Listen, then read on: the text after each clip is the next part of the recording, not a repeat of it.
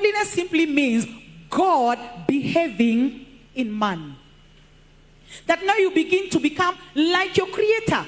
Just like we said, we have been created in his own image and likeness. You begin to have that likeness of Christ through godly character.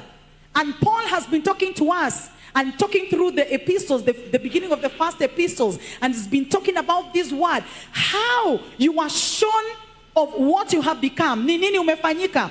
Kwamba Mungu amekupatia haki yake, na pia umekubalika, na pia umekamilika.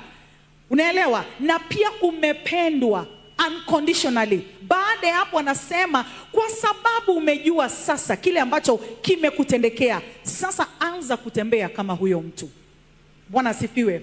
So because nobody can tell you to become what you don't know. So you must know first for you to become that person. Bwana asifiwe. Na tumejua, we have known that we have been made righteous, we have been accepted, we have been loved, we have become complete. Everything that is in Christ, his DNA has become our DNA.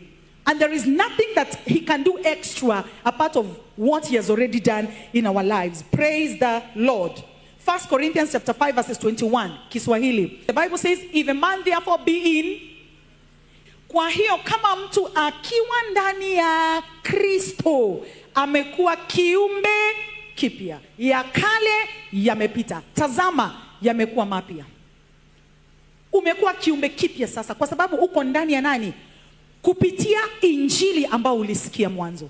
Bwana asifiwe. Kupitia hiyo injili umefanyika kiumbe kipya. Ya kale yote yamepita, sasa umekuwa kiumbe kipya. Umefanana sasa na ambaye alikuokoa.